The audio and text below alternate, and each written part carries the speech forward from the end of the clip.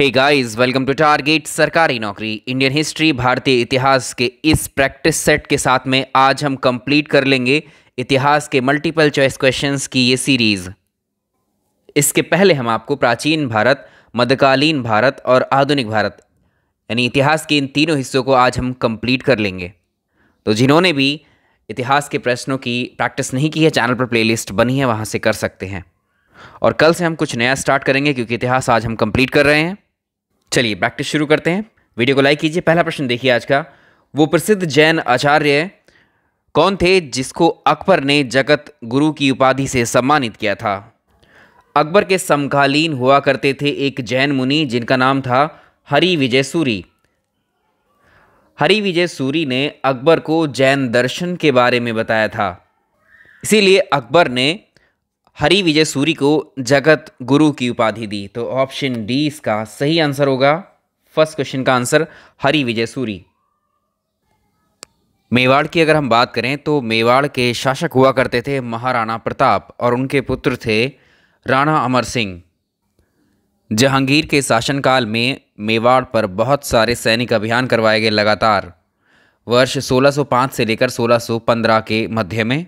Finally 1615 ईस्वी में मेवाड़ के शासक राणा अमर सिंह ने क्या किया, एक संधि की इनके साथ में जो हुई थी जहांगीर और राणा अमर सिंह के बीच में। तो इसका आंसर होगा ऑप्शन ए।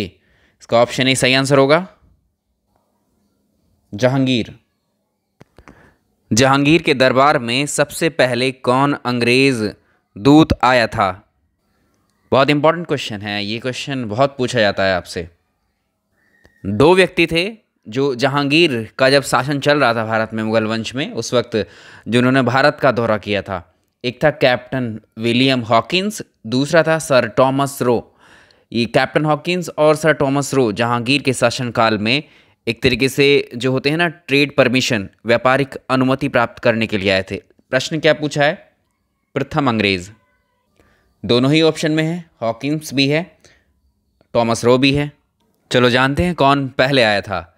हॉकिंस जो था, विलियम हॉकिंस, एक साहसी नाविक हुआ करता था। वर्ष 1608 ईस्वी में ये भारत में आया था। भारत में सबसे पहले कहाँ पर आया? सूरत में। और यहीं पर अगर इसको भारत आने के लिए किसके द्वारा भेजा गया था? इंग्लैंड का राजा हुआ करता था उस वक्त, जेम्स प्रथम। तो जेम्स प्रथम ने एक लेटर, एक पत्र भेजा था इसके हाथों। किसके? विलियम हॉकिंस के। और ये पत्र उसको मुग़ल सम्राट अकबर के पास लेकर के जाना था। जब तक ये भारत पहुंचता है उस वक्त तक तो अकबर की मृत्यु हो जाती है और मुग़ल वंश में, मुग़ल शासन में जो उत्तराधिकारी बनता है वो जहांगीर बन जाता है, बादशाह बनता है। और हॉकिंस जो है जहांगीर से आगरा में मिलता है 1609 ईस्वी में। सूरत में आया 1608 में और इससे कब मिला? 1609 ईस्वी में जहांगीर से मिलता है। और एक बात याद रखिएगा, जो कैप्टन हॉकिंस था इसी को कहा जाता है इंग्लिश खान। तो कैप्टन हॉकिंस को जहांगीर ने किसकी उपाधि दी थी? इंग्लिश खान की उपाधि। ठीक है, ये भी याद रखेंगे। 2 से 3 प्रश्न इसी में ऐड कर दिए। और अब हम बात करेंगे अगले की। जो सर टॉमस रो था, ये वर्ष 1615 ईस्वी में भारत आया था। इसको भी जेम्स प्रथम ने ही भेजा था। तो ये दूसरा था, ये सेकंड अंग्रेज था जो जहांगीर के दरबार में आया। और फर्स्ट की बात पूछी है तो पहला होगा William Hawkins. Option A select कर लेंगे। और जो टॉमस रो था, ये जहांगीर से सूरत में अंग्रेज़ों को व्यापार करने के लिए एक फरमान जारी करवा लेता है, गोल्डन, जिसको शाही फरमान कहा जाता है। ठीक है, तो वो किसने? टॉमस रो के द्वारा हासिल किया गया था जहांगीर से। नेक्स्ट, अब बता सकते हैं इस प्रश्न का आंसर। निम्नलिखित अंग्रेज़ों में से किस अंग्रेज़ को जहांगीर ने इंग्लिश खान कहा या इंग्लिश खान की उपाधि दी? तो भाई दोनों आए थे इसके काल में, विलियम हॉकिंस भी आया था और टॉमस रो भी आया था। अब आंसर करेंगे कौन सा है ये? William Hawkins. ठीक है, विलियम हॉकिंस को ही कहा था इसने क्या? इंग्लिश खान। जहांगीर किस कला का महान संरक्षक था? या इस प्रश्न को ऐसे पूछता है कि जहांगीर के काल में, ये जहांगीर का काल किसका स्वर्ण काल कहा जाता है? इसका जवाब आप जानते हैं। जो जहांगीर था, मुगल वंश में जहांगीर का काल मुगल चित्रकला का स्वर्ण काल कहा जाता है। तो जहांगीर किस कला का संरक्षक माना जाता था? ये था चित्रकला का। सवाल नंबर अगला देखिए, निम्नलिखित चित्रकारों में से किसे जहांगीर ने नादिर उल जमा की पदवी दी थी? अगर हम बात कर रहे हैं किसकी, जहांगीर की, तो जहांगीर के टाइम पीरियड में चित्रकारी थी अपने चरमोत्कर्ष पर थी। तो जाहिर है इसके जो चित्रकार हैं वो भी बेहद ऊंचे ओहदे के होंगे उस वक्त। पहले क्या हुआ करता था, जहांगीर के टाइम से पहले की जो चित्रकारी हुआ करती थी मुगल वंश में, उसमें क्या हुआ करता था, जो भी टेक्स्ट हुआ करते थे, हाथ से लिखे हुए जो टेक्स्ट थे, उनको चित्रों के रूप में प्रदर्शित किया जाता था। तो इस तरह की इस चीज़ों को समाप्त करता है जहांगीर, और इसके स्थान पर ये क्या करता है, इन चित्रों में जो है एक तरीके से जो प्राकृतिक दृश्य होते हैं उनको अडॉप्ट कर लेता है। जहांगीर के समय के जो इम्पॉर्टेंट चित्रकार कहें आप, कौन कौन थे? एक तो फारूक बेग, नंबर 2 दौलत, नंबर 3 मनोहर, बिसनदास, मंसूर, अबुल हसन, यही थे। और इसमें अबुल हसन जो थे, जो ए ऑप्शन में अबुल हसन है, अबुल हसन को जहांगीर ने नादिर उल जमा की पदवी दी थी, ऑप्शन ए। जो उस्ताद मंसूर थे, ये भी जहांगीर के ही चित्रकार थे। इसको जो टाइटल दिया था मंसूर को, वो था नादिर उल अस्र। दोनों को याद रख सकते हैं। जहांगीर ने अपनी आत्मकथा किस भाषा में लिखी? तो इसका आंसर होगा फारसी लैंग्वेज, ऑप्शन बी। निम्नलिखित में से इत्र बनाने की विधि का आविष्कार किसके द्वारा किया गया था? जो सेंट आते हैं, ठीक है, सबसे पहले इस विधि का आविष्कार किसने किया था? चलो इसको ज़रा ध्यान से देखो। वर्ष 1611 में जो जहांगीर था, जहांगीर ने शादी की थी किसके साथ में? मेहरुन्निसा के साथ में शादी की थी जहांगीर ने। और इस जहांगीर ने मेहरुन्निसा को नूरजहां की उपाधि दी। तो नूरजहां और मेहरुन्निसा एक ही हैं ये। और आपसे पूछेगा कि जहांगीर की पत्नी कौन थी? नूरजहां। जहांगीर की पत्नी कौन थी? मेहरुन्निसा। ये दोनों एक ही हैं, ठीक है। जो नूरजहां थे या मेहरुन्निसा थी, इसके पिता का नाम क्या था? गयास बेग। और गयास बेग को जहांगीर ने एतमादुद्दौला, आपने नाम सुना है? एतमादुद्दौला की उपाधि किसको दी गई थी? गयास बेग को। तो इसका आंसर आसानी से कर लेंगे। और जो नूरजहां यानी मेहरुन्निसा की माता थी वो थी अस्मत बेग। अस्मत बेग वही हैं जिन्होंने गुलाब से, जो गुलाब की पत्तियां होती हैं, उन पत्तियों से इत्र बनाने का आविष्कार किया था। तो इसका आंसर हो जाएगा अस्मत बेगम या अस्मत बेग, ऑप्शन सी। देखो नूरजहां भी है ऑप्शन में, ठीक है, तो आंसर क्या होगा? अस्मत बेगम या अस्मत बेग। सवाल आता है एतमादुद्दौला का मकबरा कहाँ पर है? ये इसका मकबरा भी यहाँ लिख लेते हैं हम लोग, याद रहेगा आपको, बहुत पूछा जाता है ये प्रश्न। इसका मकबरा कहाँ पर है? आगरा में है, ठीक है, आगरा में है एतमादुद्दौला का मकबरा।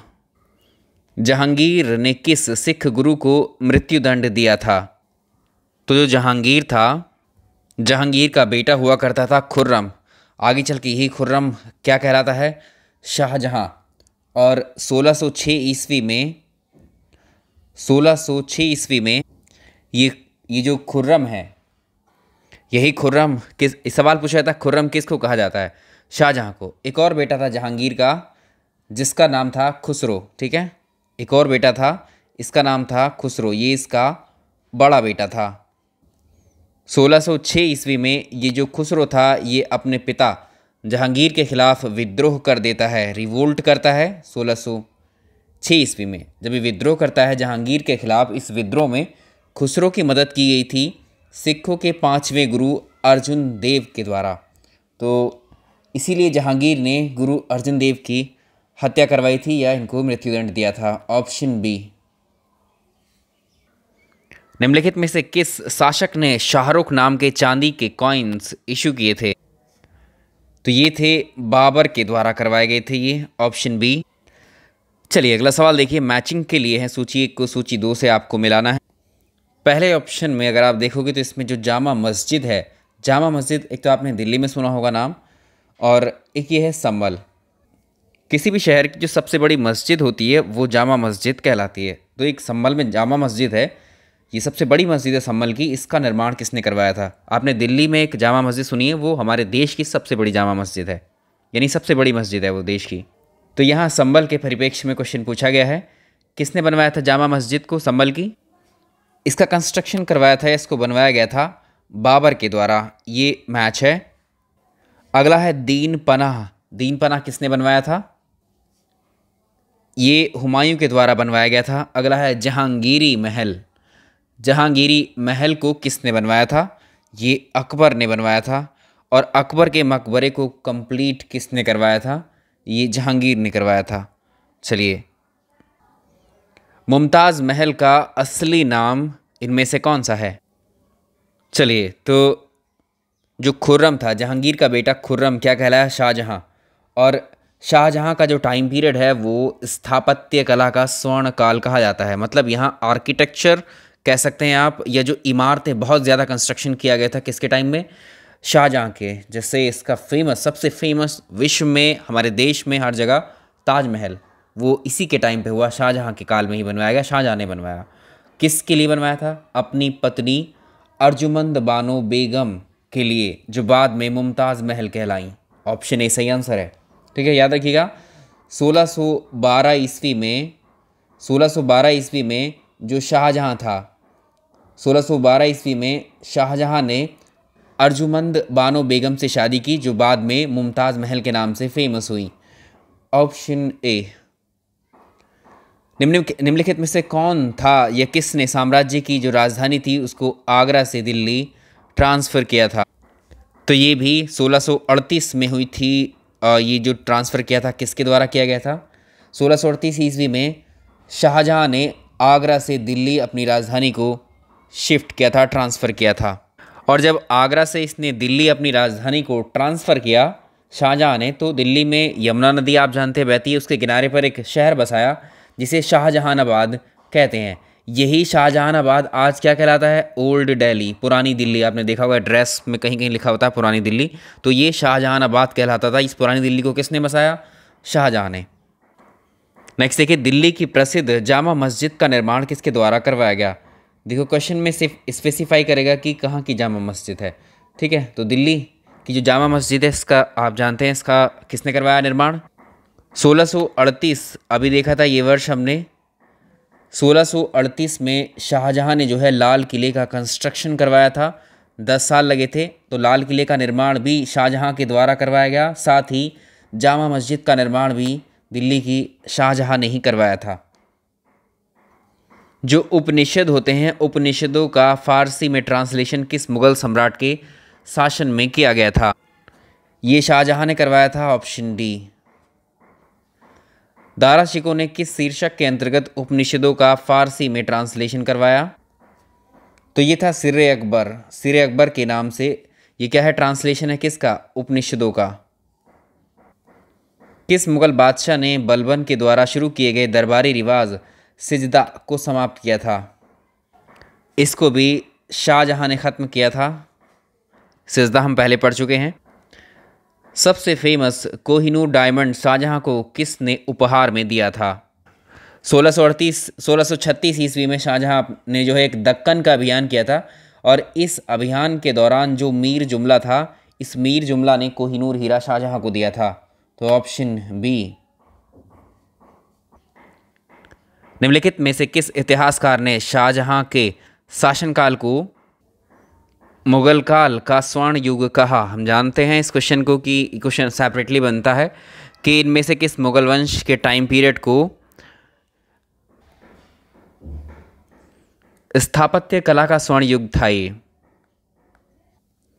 खफी खां, बर्नियर, राय, भारमल, ये तीनों ने ही कहा था। Option D. लघु अकबर के नाम से कौन जाना जाता था? लघु अकबर के नाम से कौन था? ये दारा शिकोह को कहा जाता था लघु अकबर। हिंदू धर्म ग्रंथों का सबसे पहले अध्ययन करने वाला मुस्लिम कौन था? ये भी दारा शिकोह था। हिंदू व ईरानी वास्तुकला का सबसे पहले समन्वय हमें किस इमारत, किस बिल्डिंग में देखने को मिलता है? तो जो ताजमहल है वो हिंदी और जो ईरानी वास्तुकला है इसका मिक्सचर है। ठीक है, तो इसको जो इस पर आपने देखा होगा ताजमहल पर जो नक्काशी या फिर जो डिज़ाइन बनाए गए हैं वो ईरानियन कला है, जिसको हम बोलते हैं पेट्रा ड्यूरा। ठीक है, उसका इस्तेमाल किया है इसमें। अगला देखिए, धर्मत का युद्ध निम्नलिखित में से किसके बीच में लड़ा गया? शाहजहां ने जो है अपना उत्तराधिकारी अपने बड़े बेटे दारा शिकोह को घोषित किया था, लेकिन शाहजहां के पुत्र कितने थे? तो इसके 4 पुत्र थे। नंबर 1 दारा शिकोह, जिसको हम मिनी अकबर कह रहे थे। तो शाहजहां के पुत्र थे दारा शिकोह, औरंगजेब, शाह शुजा, मुराद बख्श, ये 4 पुत्र थे। और 3 पुत्रियां थीं, जहां आरा, रोशन आरा, गौहन आरा। ठीक है, तो इनका नाम याद रखेंगे हम लोग। तो शाहजहां ने अपना उत्तराधिकारी अपने सबसे बड़े बेटे दारा शिकोह को घोषित कर दिया। तो शाहजहां के इन चारों बेटों में इस उत्तराधिकार के लिए लड़ाइयाँ हुई। कुल मिलाकर के ये 5 गृह युद्ध हुए, जिनको कहा गया उत्तराधिकार के युद्ध, यानी बैटल ऑफ सक्सेसरशिप। तो इसमें जो थे अकबर, शाह शुजा, मुराद बख्श, दारा शिकोह, इनके बीच में 5 युद्ध लड़े गए, जिसमें पहला युद्ध लड़ा गया बहादुरपुर का युद्ध होता है, जिसमें शाह शुजा और मुगलों की शाही सेना थी एक तरफ, जिसमें शाह शुजा की हार होती है। दूसरा होता है धर्मत का युद्ध या धर्मट का युद्ध, जो कि अंग्रेज़ और मुगलों की शाही सेना के बीच में होती है, और औरंगज़ेब जो है इनको हरा देता है। ठीक है, तो किस किस के बीच में हुआ था? जो मुगलों की शाही सेना थी वो किसके अंडर में थी? दारा शिकोह के, ऑप्शन सी। चलिए, इसी प्रश्न का एक्सटेंशन है। औरंगजेब ने जोधपुर के शासक जसवंत सिंह को 1658 ईस्वी के धर्मत के युद्ध में पराजित किया था। धर्मत किस राज्य में स्थित है? अब देखिए, जो दूसरा बैटल था उत्तराधिकार के लिए, जो औरंगजेब के बीच में, औरंगजेब और मुगलों की शाही सेना के बीच में लड़ा गया था, और इस सेना का नेतृत्व किसके द्वारा किया गया था? ये थे राजा जसवंत सिंह और साथ ही कासिम खान, इन 2 व्यक्तियों के द्वारा किया गया था, और औरंगजेब ने इन दोनों को पराजित कर दिया था। और ये सेना थी किसकी? दारा शिकोह ने भेजी थी सेना। नेतृत्व किया था जसवंत सिंह और कासिम खान ने। औरंगजेब ने हरा दिया था। धर्मत बताना है कहाँ पर है जगह?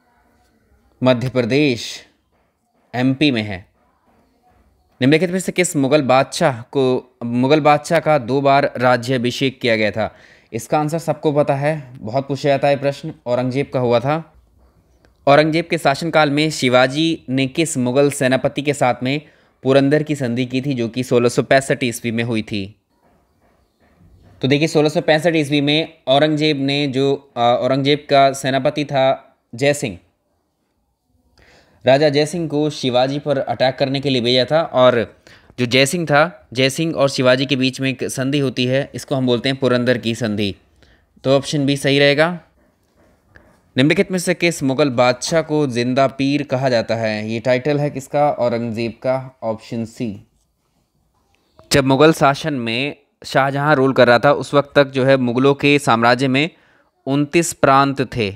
29 प्रांत हुआ करते थे शाहजहां के वक्त में, शाहजहां के टाइम पे। और इसके बाद आया था औरंगज़ेब। इसने उत्तराधिकार के युद्ध को, 5 युद्धों को जीत लिया था। तो औरंगज़ेब ने 2 प्रांत जीतकर मुगल साम्राज्य में ऐड किए थे। एक तो गोलकुंडा था, दूसरा बीजापुर था। ऑप्शन बी में ये सही आंसर रहेगा। बीजापुर और गोलकुंडा को ऐड किया था। जो गोलकुंडा है वो हैदराबाद का पुराना नाम है, ये हैदराबाद का पुराना नाम है, और बीजापुर कहाँ है? कर्नाटक में है। तो कुल मिलाकर 21 प्रांत हो गए थे औरंगज़ेब के टाइम में, क्योंकि 2 इसने ऐड किए थे औरंगज़ेब के टाइम में। ठीक है, तो एक सवाल और इसमें ऐड कर लेंगे कि मुगल साम्राज्य में सबसे अधिक सूबे या प्रांत किसके शासनकाल में हुए? तो आंसर होगा औरंगज़ेब के टाइम पीरियड में। जजिया टैक्स किसके शासनकाल में फिर से लगाया गया था? जजिया टैक्स लगाया गया था औरंगज़ेब के द्वारा फिर से। इनमें से कौन सा कंस्ट्रक्शन ऐसा है जो सेकंड ताजमहल के नाम से फेमस है? औरंगजेब ने शादी की थी दिलरास बानो बेगम से 1637 में, और यही बाद में क्या कहलाई? राबिया बीबी। तो यही क्या थी? इन्हीं को कहा जाने लगा राबिया बीबी, और इन्हीं को कहा जाता है राबिया उद दौरानी। तो जो आपने एक नाम सुना है बीबी का मकबरा, बीबी का मकबरा सीधे सीधे ऑप्शन में मिलता है आपको। ठीक है, बीबी का मकबरा, बीबी का मकबरे का नाम ना दे करके वो क्या दे दिया ऑप्शन में? राबिया उद दौरानी का मकबरा। ठीक है, तो ये क्वेश्चन थोड़ा अच्छा फ्रेम कर दिया है। अब बीबी का मकबरा, अब देखो जो ताजमहल आपने देखा कितना खूबसूरत है, और अगर आप इसको देखोगे तो एक तरीके से उसको पूरा कॉपी किया है किसने? औरंगजेब ने। भद्दी नकल है एकदम उसकी, एक तरीके से बहुत बदसूरत इसको बोला जाता है, जो बीबी का मकबरा है। तो बीबी के मकबरे को ही दूसरा ताजमहल यानी सेकंड ताज कहा जाता है। और अब आपसे पूछेगा कि जो बीबी का मकबरा कहाँ पर स्थित है या द्वितीय ताजमहल कहाँ पर स्थित है, तो महाराष्ट्र के औरंगाबाद में है। याद रखिएगा, महाराष्ट्र के औरंगाबाद में है। औरंगजेब ने किसको साहिबात साहिबात उज जमानी की उपाधि दी थी? तो ये थी जहां आरा। मुगल सम्राट जिसने सबसे ज़्यादा हिंदू अधिकारियों की नियुक्ति की थी अपने विभाग में। याद रखिएगा, औरंगजेब के शासनकाल में सबसे ज़्यादा हिंदू मंत्री हुआ करते थे। ऑप्शन बी, सबसे ज़्यादा भरोसा किया करता था ये। किस मुगल शासक के काल में बीबी के मकबरा, जो बीबी का मकबरा था वो निर्मित हुआ? यानी सेकंड ताजमहल की ही बात कर रहा है। ठीक है, जानते हैं आप औरंगजेब है इसका आंसर। निम्नलिखित में से कौन सम्राट औरंगजेब की पुत्री थी? ये कौन थी? मेहरुन्निसा। दिल्ली का जो लाल किला है, उस लाल किले में एक मोती मस्जिद है, उसका कंस्ट्रक्शन किसने करवाया? दिल्ली के लाल किले का निर्माण करवाया था किसने? शाहजहां ने। और उसके अंदर नमाज पढ़ने के लिए एक मस्जिद का निर्माण करवाया गया था, किसके द्वारा? औरंगजेब के द्वारा। Option D. निम्नलिखित में से कौन जहांगीर के चित्रकार थे? नीचे दिए गए कूट से चुनना है आपको। हमने आपको नाम बताए थे पहले ये। तो एक तो अबुल हसन आपको याद है, लेकिन एक और ऐड कीजिएगा इसमें, अकारिजा। इसका आंसर होगा बी। मुगलकालीन स्थापत्य के संबंध में कौन से कथन ठीक हैं? जो ताजमहल था, ताजमहल के जो मुख्य स्थापत्यकार कौन थे? उस्ताद अहमद लाहौरी। यानी जो डिज़ाइन तैयार किया था उसके जो आर्किटेक्ट थे, ताजमहल के आर्किटेक्ट कौन थे? उस्ताद अहमद लाहौरी। क्या ये सही है? हाँ, ये बात सही है, उस्ताद अहमद लाहौरी इसके आर्किटेक्ट थे। ताजमहल को बनाने में किस पत्थर का इस्तेमाल किया गया था? वो है वाइट मार्बल, संगमरमर है। और ताजमहल का जो चीफ कॉन्ट्रैक्टर अगर देखें, बनाया किसने था उसको? मतलब मिस्त्री जो बनाते हैं, प्रधान मिस्त्री, चीफ कॉन्ट्रैक्टर, वो उस्ताद ईसा। अब सेकंड देखेंगे, दिल्ली की जो जामा मस्जिद है उसका निर्माण लाल बलुआ पत्थर से किया गया है। ये बात सही है। जहांगीर ने बागो और फुलवारी के निर्माण में रुचि दिखाई थी। ये तीनों स्टेटमेंट सही रहेंगे। इसका आंसर करेंगे डी। मुगल काल में निम्नलिखित में से किस महिला ने ऐतिहासिक विवरण लिखे हैं? हुमायूं की बहन थी गुलबदन बेगम, इसी ने लिखी थी हुमायूंनामा। निम्नलिखित में से कौन सा संगीत वाद्य बजाने में औरंगजेब की दक्षता थी? तो ये वीणा है ऑप्शन। अकबर के 9 रत्न हुआ करते थे, उसमें एक थे तानसेन। का मकबरा कहाँ पर स्थित है? ग्वालियर में। हुमायूंनामा की जो रचना थी वो किसके द्वारा की गई थी? गुलबदन बेगम के द्वारा। अब देखिए नेक्स्ट, देखिए अनवारे सुहाइली नामक ग्रंथ किसका अनुवाद है? ट्रांसलेशन। ऐसे प्रश्न क्यों पूछे जाते हैं? एक बहुत फेमस किताबें हैं, कहानी, स्टोरीज हैं, टेल्स हैं इसमें, किसमें? पंचतंत्र में। पंचतंत्र का जो ट्रांसलेशन है उसका नाम क्या है? इसका नाम है अनवरे सुहाइली।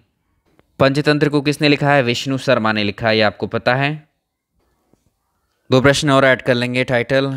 एक है जो जैसे औरंगजेब की मृत्यु हुई थी 1707 ईस्वी में, उसकी मृत्यु के बाद में जो मुगल काल था उसका डिक्लाइन शुरू होता है, और उसके बाद सत्ता किसके पास आती है? बहादुर शाह प्रथम के पास आती है। काफ़ी एज का हो जाता है, उम्र हो जाती है इसकी, तो इसे कुछ ध्यान नहीं रहता कि क्या हो रहा है क्या नहीं इसके शासनकाल में, तो इसलिए इसको बोला जाता है शाह बेखबर। ये कई बार पूछा गया है कि निम्नलिखित में से किन मुगल बादशाहों में से जो शाह बेखबर के नाम या उपनाम से जाना जाता था वो था बहादुर शाह प्रथम। एक था लंपट मूरख के नाम से, कौन था ये भी मुगल बादशाहों में से? ये जहांदार शाह था। तो ये थे क्वेश्चंस जो हमारे मुगल डायनेस्टी पर थे बेस्ड। इस तरह से हमने मुगल वंश को कंप्लीट किया और मध्यकालीन भारत भी यहाँ हमने कंप्लीट कर लिया है। इसके बाद में बचते हैं आपके ज्योग्राफी और साइंस। अब इनके प्रैक्टिस सेट कंटिन्यू करेंगे हम। साथ ही आपका देखो 3 सब्जेक्ट पूरे हैं, करंट अफेयर्स कंप्लीट हैं आपके, संविधान कंप्लीट है, और साथ ही हिस्ट्री भी कंप्लीट है। ठीक है, और आपकी अभी इकोनॉमिक्स भी बचे, इकोनॉमिक्स के भी करा देंगे आपको। चलिए अब हम जो है यूपी टेट के लिए, जैसे हमने आपसे बोला ही था, सी टेट और सुपर टेट जो कि प्राइमरी के लिए होगा अब अगला, उसके लिए भी स्टडी शुरू करेंगे चैनल पर। तो मोस्ट प्रोबेबली कल हम जो है एक ऐसा वीडियो लेंगे जिसमें हम सिलेबस को डिस्कस करेंगे, इन परीक्षाओं की जो कब तक हो सकती हैं ये परीक्षाएं, एक एक डेट, अनुमानित डेट पर बात करेंगे और किस तरह से तैयारी करनी है अभी आगे आपको, ठीक है, और कौन कौन से सब्जेक्ट यहाँ पर हम पढ़ाएंगे आपको, ठीक है, वो सब डिस्कशन करेंगे एक अगले वीडियो में। चलिए इस वीडियो में इतना ही। Thank you so much.